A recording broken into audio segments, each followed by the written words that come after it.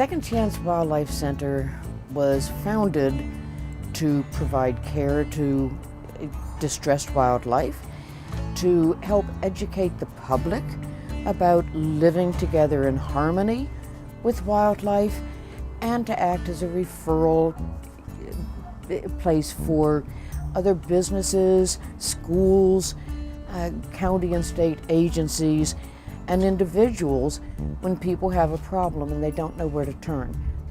It's about helping the individual animals for sure, but to me it has a greater good.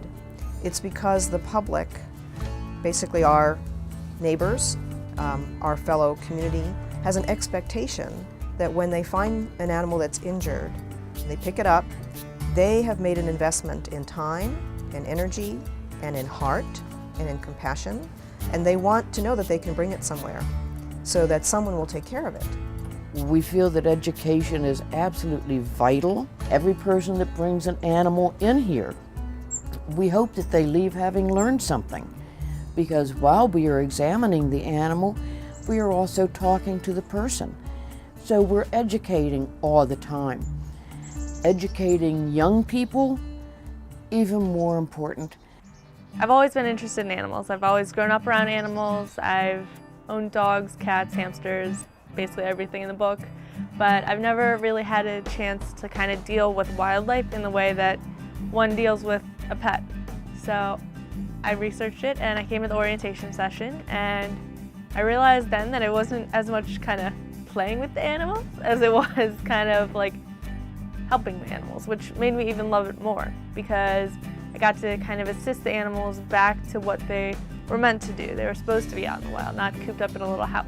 I'm an exchange student from South Africa in a program by the U.S. Department of State.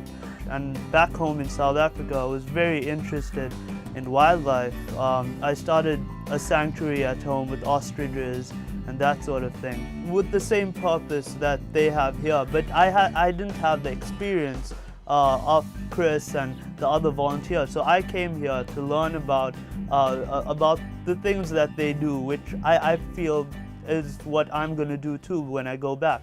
Our primary goal right now is to get some property and a building, or actually be able to build a building that is going to be larger and more suitable for our purposes. It's a very challenging way to work in wildlife rehabilitation, because you are working predominantly with a nonprofit organization. You don't necessarily have all the high-end supplies and tools that you have in a traditional clinical practice. We're also looking into expanding our education program.